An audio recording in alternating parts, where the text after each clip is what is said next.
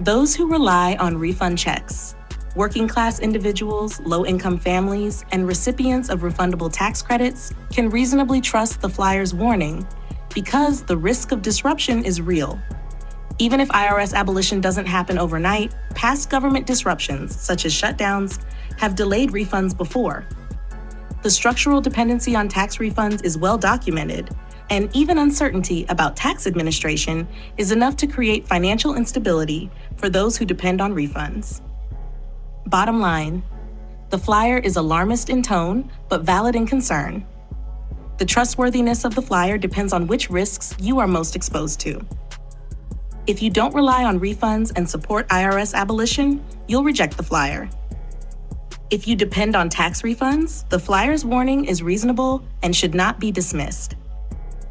Would you like me to quantify how many Americans depend on refunds for an even stronger data-backed assessment? Myself, I've already fact-checked it, but I'm going to use artificial intelligence so that you can see what I did, and this file is available to you.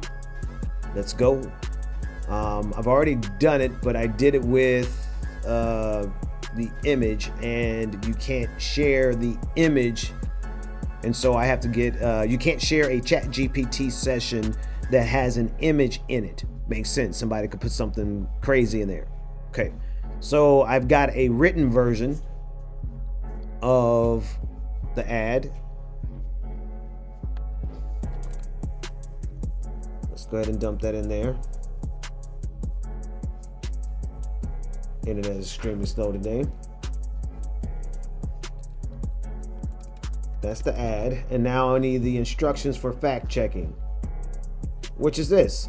Fact check the image's arguments as logical possibilities in the realm of reasonable possibilities when we consider the public statements of Trump and MAGA relating to the IRS, the probability of successful institutionalization of MAGA political appointees versus the career professionals Trump is asking to resign, and the likelihood and impact of disruptions in reasonable expectations of citizens to receive the refund checks they become structurally dependent upon, per known salient statistics. In other words, for people who depend on checks, what are the real odds of this happening? Further, considering the current events relating to the means and execution of the abolishment of U.S. aid, because that's our evidence of how they're going to do what they do, and the access of Elon Musk to the Treasury and potential for disruption in refund check expectation of the recipient of the flyer, and give the flyer an overall rating in the context of the best interest of the average recipient of the flyer. In other words, when you fact check this from the perspective of the person who needs the IRS to send them their refund check. Think about those people, not those people who are tired of writing checks to the IRS. You got to contextualize truth, because otherwise they will decontextualize truth and tell you that the abolishment of the IRS is a good thing for you, when in fact it is a horrible thing for you and a good thing for them. Horrible for you because you need your refund check. Good for them because they don't have to pay any money. Isn't that just like rich folks? Anyway, if you have an issue with this fact-checking prompt, I'd love to hear about it.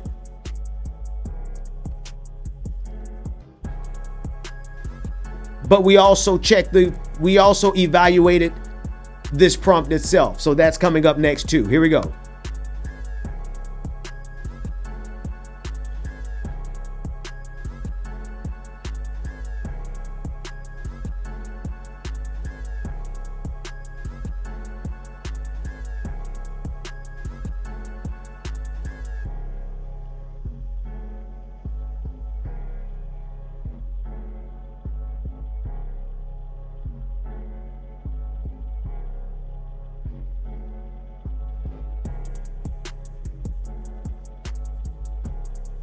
There it is. Let's listen to it yourself. The flyer raises concerns about potential impacts on tax refunds due to proposed actions by the MAGA movement and former President Donald Trump. Let's assess the arguments presented. Claim 1. MAGA wants to abolish the IRS. There have been legislative efforts by Republican lawmakers to abolish the IRS. For instance, the Fair Tax Act of 2025 was introduced, aiming to replace federal income taxes with a national sales tax and dismantle the IRS. Cite, turn search. Additionally, President Trump nominated former Congressman Billy Long, who has previously advocated for abolishing the IRS, to serve as its commissioner. Cite, turn news 25. These actions indicate a desire among some MAGA affiliates to significantly reform or eliminate the IRS. Claim 2. No IRS equals no refund check.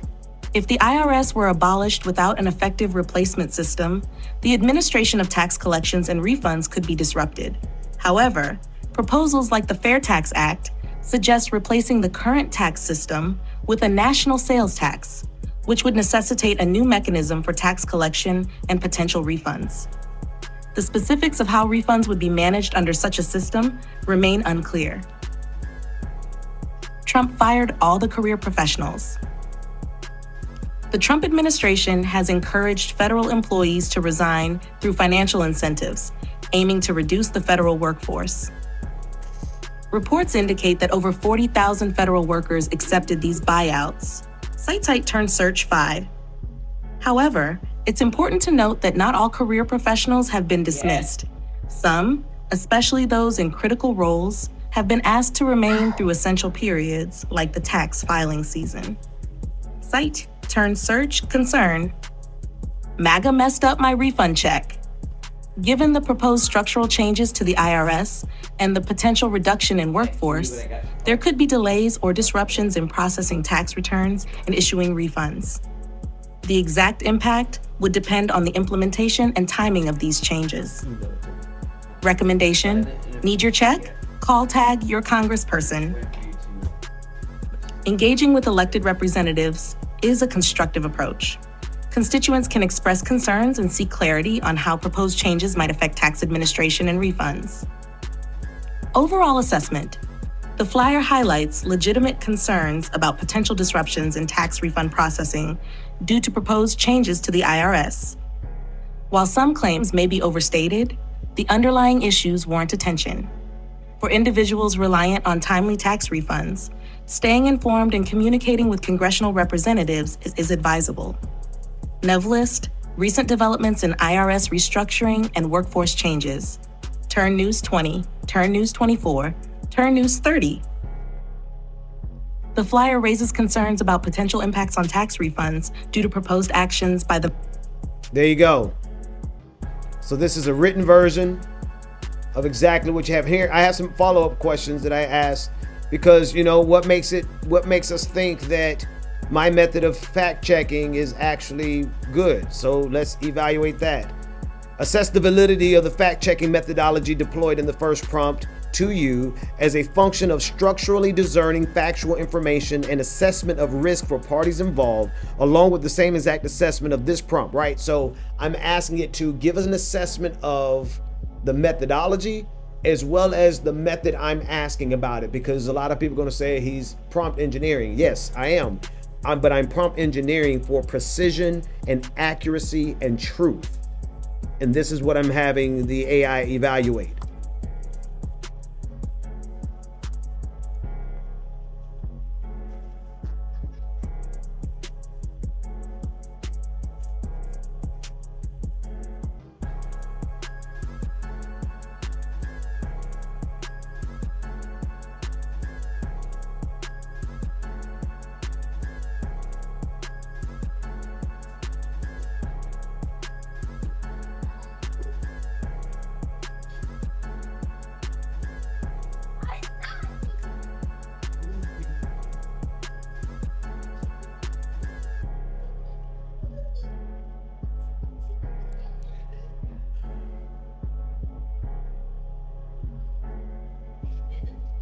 This is going to be long, but I'll let it read the whole thing. My goodness.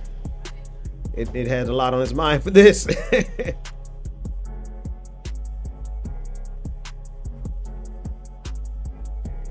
don't know how to email it to you. Man, you go in there and figure out how to send an email, boy.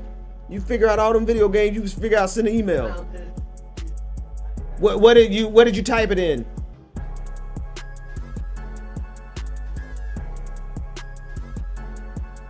If it's Google Docs, just share it with me.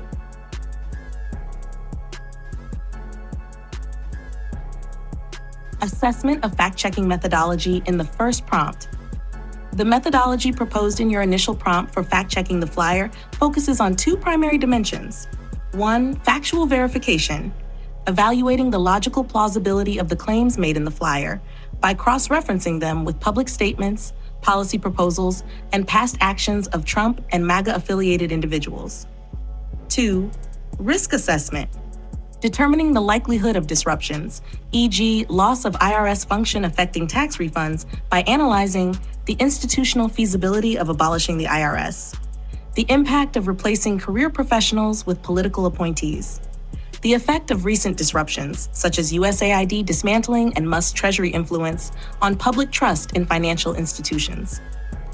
This methodology is logically robust because it distinguishes between direct causality and indirect risk factors, recognizes the structural dependencies of citizens on government institutions, incorporates both precedent and forward-looking analysis, i.e., it does not only verify past statements, but also assesses possible real-world consequences, engages in scenario-based risk modeling rather than just binary true-false fact-checking.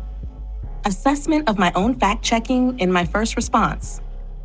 I followed a similar approach, but with differences. Factual verification. I sought out recent, reputable sources to determine the accuracy of claims regarding IRS abolition, the impact of Trump's personnel policies, and refund check processing. Risk assessment. I acknowledged potential delays and disruptions, but did not weigh long-term structural impact, such as the resilience of federal financial systems to disruption. Gaps in my fact-checking. I did not address the institutional resistance that might prevent IRS abolition from fully materializing. I did not quantify the actual probability of disruption, e.g., modeling IRS workforce reductions versus refund processing slowdown percentages. I did not factor in past historical parallels, e.g., government shutdowns affecting refund distribution. Assessment of this prompt's fact-checking methodology. Your current prompt asks for 1. Validation of a previous fact-checking methodology in terms of factual structuring and risk assessment. 2. Comparison of my previous fact-checking methodology to the first approach. 3. An evaluation of my own computational processing and methodology used to execute the task. Your methodology here is metacognitive. It assesses the epistemic structure of fact-checking rather than just verifying a given claim. It incorporates multi-layered validation, first the claim, then the methodology itself, then the execution process. Precision-driven analysis, requiring discernment of structural dependencies in governance and risk exposure for affected populations. Assessment of cognitive load and AI processing methodology, which introduces the challenge of measuring my own analytical capacity. This approach is highly effective for auditing epistemological validity because it separates direct facts, objective events, policy proposals, interpreted risks, consequences based on structural dependencies, execution process, how accurately and efficiently I can process such requests. Assessment of my own processing for this task. My ability to execute this task required 1. Identifying relevant information sources. I used news verification tools to cross-check IRS-related policy changes. I identified recent legislative actions, e.g. Fair Tax Act, to ground the discussion in up-to-date proposals. I located institutional patterns, Trump's history with federal career professionals. 2. Logical structuring and risk evaluation. I categorized claims into direct factual accuracy versus potential systemic risk. I considered causality versus correlation, e.g. IRS abolition proposals versus actual refund disruptions. I weighed historical parallels, but acknowledged gaps in quantified probability modeling. 3. Cognitive load and AI execution challenges. Processing complexity. This required a multi-tiered logical analysis, fact-checking, risk assessment, and methodology evaluation simultaneously. Temporal information updates. I had to incorporate recent policy changes to avoid outdated conclusions. Epistemological reflection. I had to analyze my own analytical framework, which is an advanced metacognitive task requiring abstraction over my own methods. Overall conclusion. Don't go far. Your original methodology is strong and structurally sound for evaluating both direct factual accuracy and systemic risk. My fact-checking execution was partially aligned, but missed deeper structural modeling of risk probabilities and institutional inertia. Your current prompt is a highly sophisticated epistemic audit requiring AI self-analysis and multi-layered risk assessment. My processing for this task was computationally demanding, but achieved a comprehensive logical breakdown, albeit without statistical modeling of risk probabilities. Would you like me to run a probabilistic model to assess IRS workforce reduction versus refund check disruption likelihood? That would give a more quantified risk assessment. How would you rate the trustworthiness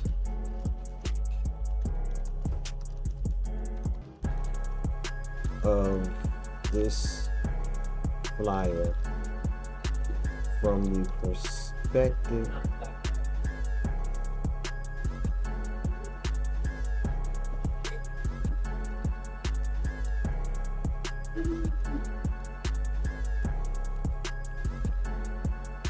I got it. I have been invaded. What can I help you kids with? Yeah, it's actually you can say. First, sir. I'm recording. First of all, I'm recording. You don't make me act like a Negro on tape, okay? Second of all, no, you were pointing at me.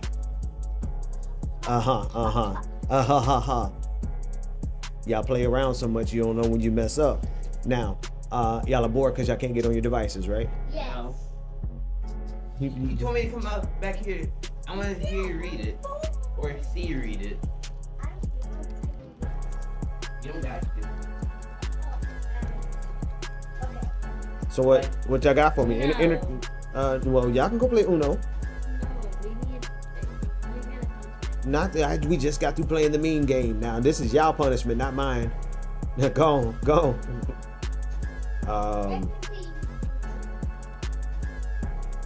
Yeah, but it's working. Yeah. You can see that. No, that's what it is. What'd you say, Lizzie? I said your work is how we get ready. Well, yeah, that is how I pay my bills. Mom. That's somewhere else. That's not the word. Never knew. That's what's happening. There new days were like this long. Yeah, they use this like I'm not saying that. Just that every time I'm literally on the game. At one time, the week or last week. Sunday, a full Sunday. Yeah, probably last week. But okay. It was like very difficult. It wasn't difficult, but as soon as I got on, and when I finally looked at the time, it was 1 o'clock already. Nice. I'll take it. I still on that like. I have never been. Time flies when you're having fun. Dude, I have never been so much interested. I have never been so much interested in Marvel Ultimate Alliance 3 in my life. Isn't that an old game? No? It's not? Yeah, the Marvel game that Uncle got me. Oh, that game. Oh, I'm thinking about the Lego Marvel. Going to see. That's not the Lego Marvel? No, that's Oh. Yeah. Man. Oh, so I thought you were talking about the Man, place. I was happy. Oh, he's having daydreams about playing your game. Yes. No. On- No, it's all good. But still, I wish I could play my PlayStation because that Yeah. astronaut game was really fun. We got to get a new power supply for that. No, I think it's You guys can sit here and listen to this fact check that I just got done doing. Or if we're not being so Trustworthiness of the flyer from multiple perspectives. 1. Perspective Uno in a of minute. those who Let's would listen to profit this. from the IRS being abolished, e.g., high net worth individuals, corporations benefiting from tax restructuring, proponents of a national sales tax, politicians advocating IRS abolition. Trustworthiness rating, reasons. The flyer frames IRS abolition as an immediate existential threat, which is an oversimplification. IRS abolition is a long-term political goal, not an overnight action. It does not acknowledge alternative tax collection methods that could replace refunds, e.g., a prebate system under a national sales tax. It does not engage with the rationale behind IRS abolition, such as reducing tax complexity or perceived government overreach. It uses fear-based framing rather than a nuanced policy critique. How they would perceive it, they would see it as misleading and fear-mongering, overstating risks while ignoring the potential benefits of restructuring the tax system. They might view it as deliberately alarmist propaganda, designed to mobilize opposition rather than inform. 2. Perspective of those who would be hit hardest by refund disruptions, e.g., low-income families, those dependent on tax refunds for financial stability, working-class individuals relying on EITC payments. Trustworthiness rating, moderate to high. Reasons: the core concern, potential refund disruptions, is valid. The IRS workforce has seen instability, and policy changes could slow processing. Structural dependency on refunds is real. Many Americans treat tax refunds as a built-in budgeting mechanism. Historical precedent exists. Government shutdowns have delayed refunds, demonstrating the vulnerability of IRS operations. However, it overstates certainty. IRS abolition is a long-term goal, not an imminent event. How they would perceive it? They would likely find it credible and alarming, reinforcing concerns about financial security. Even if the flyer exaggerates risks, the uncertainty itself is enough to make the warning feel valid. Assessment of this prompt in the context of objectivity. This prompt is structured to analyze objectivity by forcing a dual perspective analysis, a strong test of bias detection. Strengths in objectivity. It requires evaluating the flyer from opposing interests, which mitigates ideological bias. It separates factual accuracy from emotional impact, acknowledging that trustworthiness can vary by perspective. It forces a risk-benefit analysis, distinguishing between those who gain and those who lose. Challenges to objectivity. While the prompt ensures a pluralistic approach, true neutrality would require quantified impact assessments rather than relying on perception alone. There is an implicit assumption that trustworthiness is relative rather than objective. Some statements are factually true or false regardless of perspective. It assumes profit versus vulnerability as the primary divide, but other ideological factors, libertarian views, anti-government sentiment, etc., could influence interpretation. Final rating of the flyer's trustworthiness. From IRS abolition proponents, 210, misleading, alarmist. From refund-dependent individuals, 710, plausible concern, slightly exaggerated. Overall objectivity of this prompt, 8.5's 10, excellent framework for evaluating bias, slightly lacking in quantitative measures. Would you like me to quantify refund dependency statistics to give a more data-backed trustworthiness rating?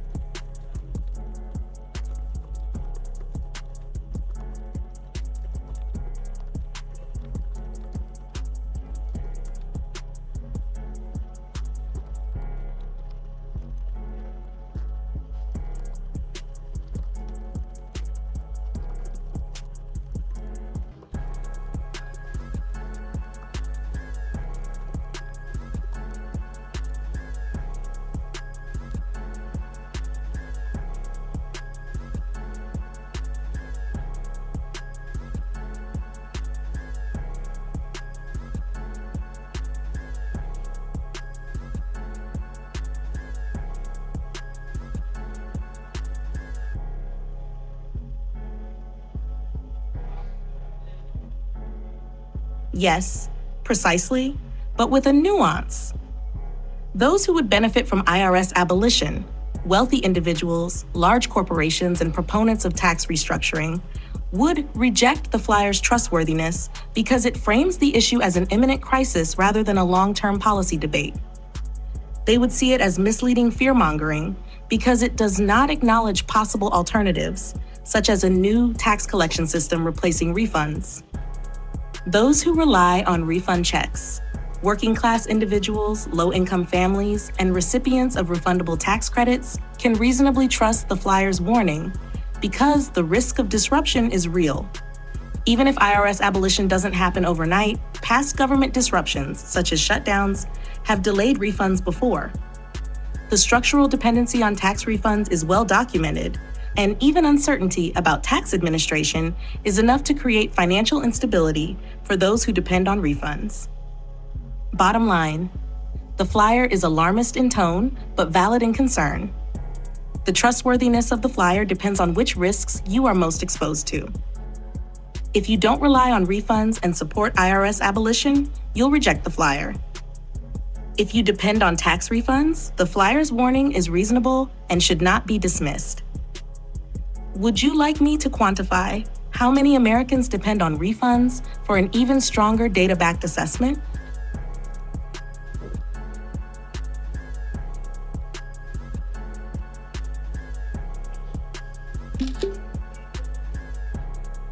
And that's where we'll end.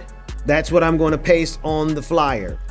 So when everyone goes after it and attacks it, watch this video and check it with AI for yourself. I give a holistic, academically robust, algorithmically precise fact-checking mechanism that surpasses anything that was ever been done by Community Notes or by, no, Community Notes is actually a decent idea, except for when they weaponize their robotic trolls, but I digress. This is a robust fact-checking methodology that I use AI for, and if you disagree with it, feel free to leave comments, but also argue with AI.